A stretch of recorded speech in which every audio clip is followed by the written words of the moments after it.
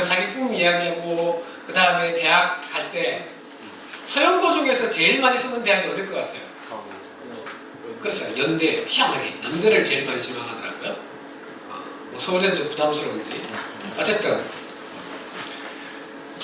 우리가 지금 전교 1등, 전교 1등이면은 이게 무슨 의미냐면 이 인원이 서울대 정원입니다. 서울대 정원. 근데 이 전교 1등이 문과 한 명, 이과 한 명이잖아요. 네. 전교 4등 정도 하면 연대고대 갑니다. 전교 4등 안에 드는 친구. 그래서 많이 알았구나. 역시 전교 7등 안에 들면 어디까지 갈까요?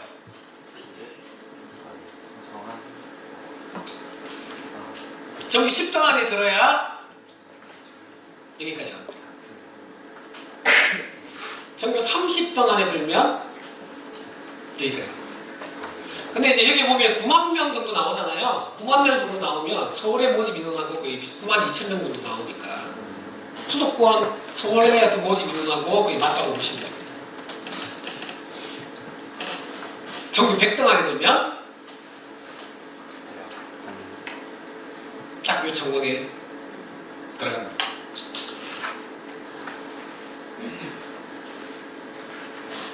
뭐 전문대까지 다 포함하면은 한 90%가 대학을 가기도 해요.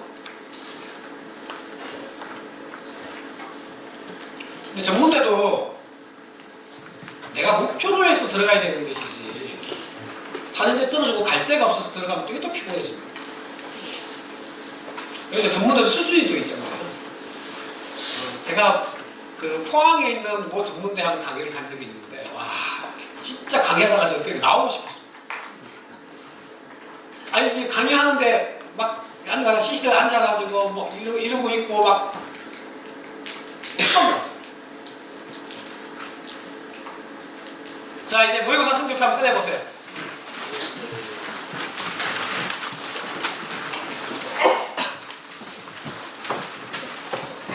자 여러분들 자료에는 제가 서비스로 뭘로 줬냐면 모의고사 연간 출제 범위표 있죠? 네. 한번 보세요. 연간 출제 범위표. 그거를 좀 먼저 보셔야 됩니다. 내가 치는 시험이 지금 어느 범위 안에서 나오느냐가 중요한 거예요. 현재 고1들이 이번 3월 모의고사 쳤잖아요. 자, 그 범위가 어디라고요? 중학교 3. 그럼 이번에 3월 모의고사 망한 친구들 무슨 이야기입니까? 중학교 때문에. 이해되시죠? 중학교 기초가 안 되었다. 그 뜻이죠.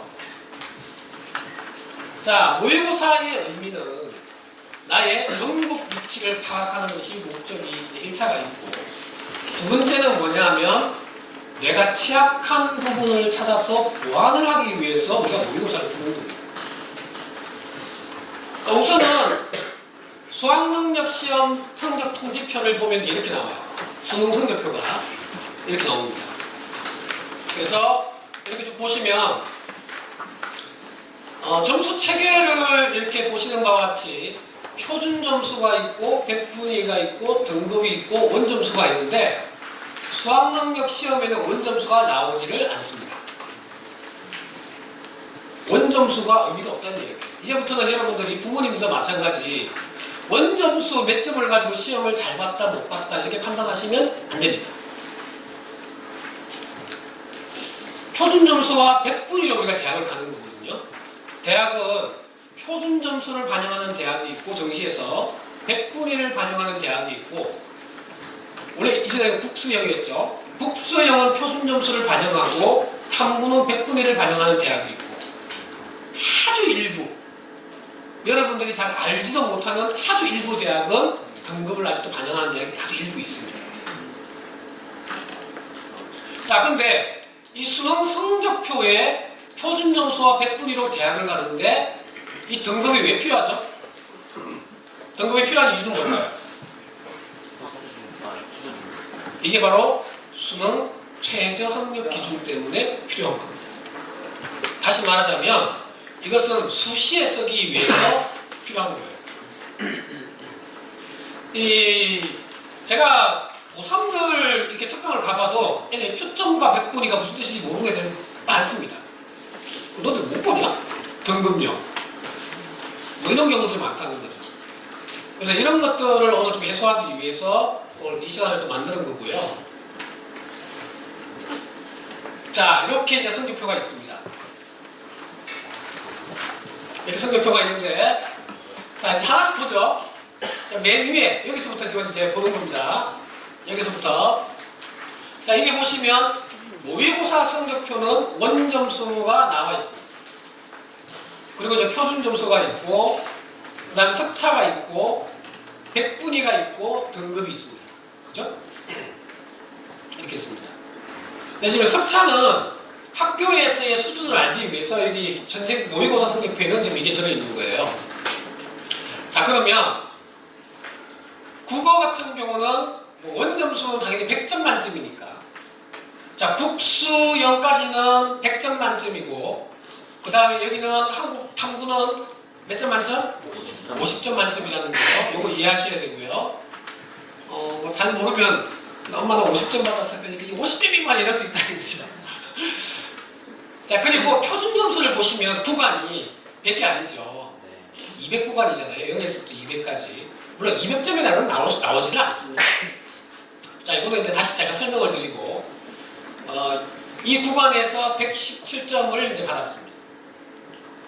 그리고 백분위가 78입니다. 자, 그러면 이 숫자에 우리가 이제 의미를 알아야 되는 거잖아요. 등급 3등급이고. 자, 그런데 영어하고 한국사는 지금 어떻게 돼 있어요? 원점수만 있고 표준점수가 백분위가 없죠. 이게 이제 절대평가이기 때문에 그런 거죠. 절대평가이기 때문에 등급만 주로 활용을 하는 거죠. 이 점수를 알 수가 없어요. 그래서 여러분들이 올해부터 2018학년도부터는 국어와 수학과 탐구만을 가지고 대부분 대학을 갑니다.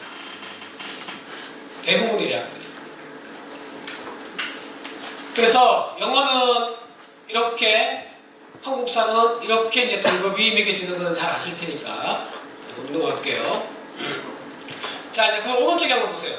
오른쪽에 여러분들 이게 없는데 거기 붙어 있으니까 요거는 이제 응시자수입니다. 응시자수. 1등급부터 9등급까지 지금 몇 프로가 1등급인지 여기 숫자가 이제 쭉 나옵니다.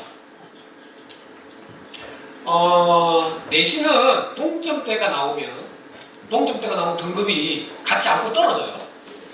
무슨 뜻인지 이해되시죠? 네. 근데 모의고사는 유지가 됩니다. 뭐 그런 차이점만 좀 이해하시고, 과목별로 나의 위치를 알 수 있는 거죠. 좀 더 구체적으로 보면 여기를 보시면 되죠. 일단은 내가 모의고사를 잘 봤느냐 못 봤느냐. 자, 우선은 여러분들이 이제 모의고사를 대하는 놈을 어떻게 대해야 되느냐면 이 틀은 변함이 없습니다. 이 틀은. 그래서 내가 무엇을 잘하고 무엇을 못하느냐를 이걸 보고 먼저 판단을 해야 돼요.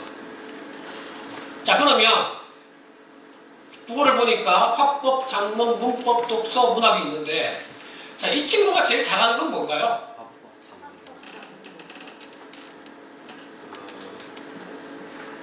제일 잘하는 거는 지금 요거잖아요. 이게 뭡니까? 전부 평균이에요. 얘가 취약한 건 뭡니까? 이걸 봐야 된다는 거예요.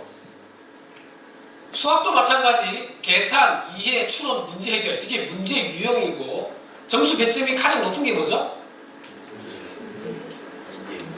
이해가 제일 많잖아요. 그 다음에 문제 해결이에요. 그리고 거기에서 나의 평균치가 나옵니다. 그러면은 내가 어디가 취약한지 이제 나오죠. 1차적으로. 아, 내가 이 영역에서 좀 부족하구나. 자, 그러면 공부할 때 무식하게 문제 푸는 거 아니라는 얘기예요. 무식하게 열심히 문제 푼다고 해서 되는 건 아니다. 우리가 옛날에 독서도 그랬잖아요. 최소한 5수년은 책을 읽어야 된다. 지금은 그렇게 공부가 안 된다는 거죠. 공부라는 것도 이제는 전략적으로 공부를 해야 되는 거거든요. 영어도 마찬가지. 어디가 취약하고 내가 무엇을 잘하고 무엇이 부족한지를 우리가 알 수가 있죠. 자, 그러면 자, 여기 한번 보세요. 보충 학습이 필요한 문항. 자, 여러분들도 보시면서 내가 이제 틀린 문제들이 이제 여기 나오잖아요. 틀린 문제들. 그러면 이거 이제 뒤에 같이 연결해서 볼게요. 특히 이렇게 틀린 문제들이 어디에 해당하는지를 봐야 돼요. 이해되시죠? 네. 그래서 내가 뭘 틀리는지를 봐야 된다는 거죠. 자, 입시에서 중요한 자료는 여기 기타 참고 자료입니다. 기타 참고 자료는 제일 먼저 여러분들이 보셔야 되는 것은 뭐냐면 요거예요. 국수탐. 지금 이제 영어가 절대평가 체계적이기 때문에 영어가 빠져있죠. 국어와 수학과 탐구를 기준으로 했을 때 내 100분위가 응시자 수가 29만인데 내 100분위가 82.58%다. 자, 이거 무엇을 의미하는지는 제가 뒤에 다시 설명을 드리겠습니다. 어쨌든 이렇구나. 자, 그런데 여기 보시면 수학과 탐구만 반영했다. 이거 국어 빠진 거죠. 네. 여기에 따라서 이제 유불리가 나오는 거예요. 근데 이게 왜 필요하냐? 대학은 이것을 다 반영하는 영어 절대평가 체제지만 국수, 영탐 4개를 그래도 반영하는 대학이 있습니다. 근데 기본적으로 영어는 빠지고 국수, 탐 반영이에요. 그래서 여러분들이 내 전국의 위치를 볼 때는 국수, 탐 3과목을 가지고 중심으로 내가 어디까지 갈 수 있는지를 판단을 해야 된다. 그리고 혹시나 나는 모의고사를 그렇게 잘 보는 애가 아니야. 그렇다 그러면 입시가 아주 재미가 있는 게 뭐냐면요. 골고루 좀 못하는 애들보다 한두 과목은 특별히 좀 잘하고 다른 걸 아주 못하는 애예요. 평균치는 같지만 특정한 영역을 잘하는 애들이 또 입시에서는 또 유리해요. 왜냐하면 이렇게 반영하는 대학들이 있거든요. 그러니까 3과목 반영, 2과목 반영. 대학들이 다르다는 거예요. 그럼 나중에 그렇다고 지금부터 잔머리 써가지고 여기는 2과목밖에 반영하지 않구나 이러면 망하는 거죠. 그죠? 이러면 망하는 거죠. 자, 그런 부분에서 여러분들이 이제 이런 것들 볼 수가 있고, 자, 이게 가장 중요한 겁니다. 자, 이렇게 보시면 여기에 이렇게 된 A, B, C, D가 나와 있는 게 있죠. 네. 쭉 한번 보세요. A, B, C, D가 나오는 게 이게 이제 문항 번호고, 여기 보시면 X표 되어 있는 거 있죠. 이게 뭘까요? 이게 틀린 문제들이잖아요. 그럼 얘는 보시는 바와 같이 뒤쪽에서 쫙 다 틀렸네요. 그죠? 이 A, B, C, D의 의미는 뭐냐면 바로 이 의미입니다. 이 문제는 A는 정답률이 80% 이상은 된다. E는 20% 미만이다. 자, 그러면 첫 번째로 크게 2개로 구분해서 여러분들 보시면 돼요. 하나는 이거죠. 여기서 틀린 걸 먼저 봅니다. 자, 이게 어려운 문제가요? 쉬운 문제가요? 쉬운 문제죠. 근데 나는 희한하게 여기서 많이 나가네. 왜 그럴까요? 자, 그렇게 말하면 안 되는 거야. 여러분들은 무조건 틀리면 다 실수야. 실수. 실수도 실력이다. 뭐 이런 얘기 하잖아요. 네. 근데 그 원인을 찾아보면 첫 번째가 뭐냐면 이거예요. 문제를 제대로 읽지 않는다. 문제를 제대로 읽지 않아서 틀린 경우들이 굉장히 많습니다. 다른 의미로 문제를 잘 이해하지 못해서 틀린 경우들이 많다는 거예요. 두 번째는 당연히 이 문제니까 기초와 개념이 부족하다. 그럼 뭐냐면 안다고 착각하고 있다. 내 머릿속에만 아는 것 같다. 그리고 넘어갔다는 거죠. 정말로 내가 아는 것은 뭘 말하는 거죠? 내 말로 상대방에게 설명하고 가르칠 수 있을 그 친구가 상대가 이해할 수 있도록 설명할 수 있는 수준이 우리는 이해했다. 이렇게 얘기합니다.